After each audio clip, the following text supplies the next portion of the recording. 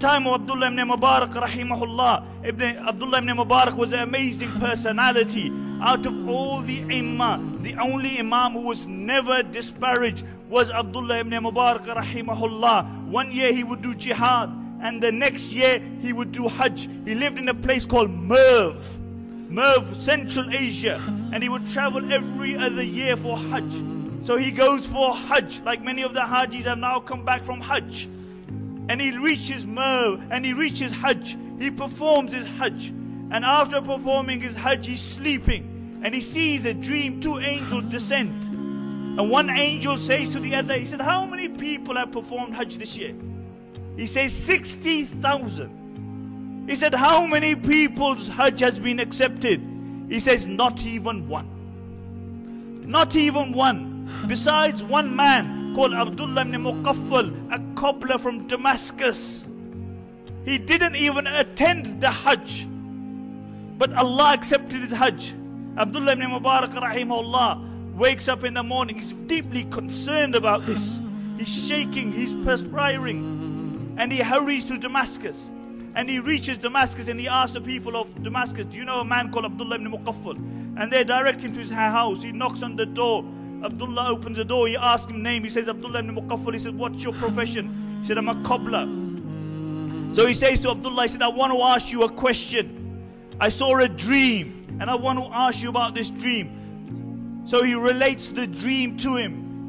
And Abdullah ibn Muqaffal says, I'll tell you, I am a cobbler, and I had a deep desire to perform Hajj, because my income is very little. For the last 20 years, I have been saving up to perform Hajj. For the last 20 years, I've been saving up to perform Hajj. And this year, I had enough money to perform Hajj. And he said, my wife was pregnant.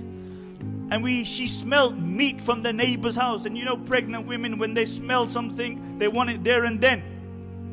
So she asked me to go and ask neighbors for the meat. So I went to the neighbor's house and I knocked on the door.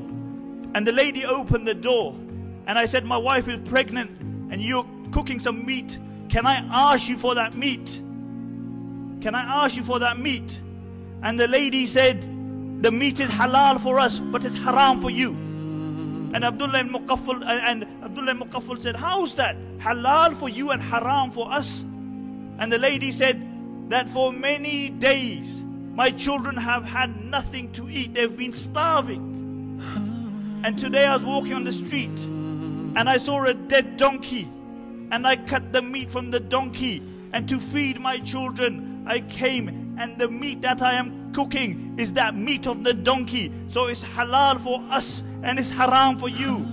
And Abdullah ibn Muqaffal says, I went home. I bought all the money that I had gathered for 20 years. And I gave it to this lady. And I said, this is my Hajj. He didn't even perform Hajj. But Allah gave him the reward for performing the Hajj.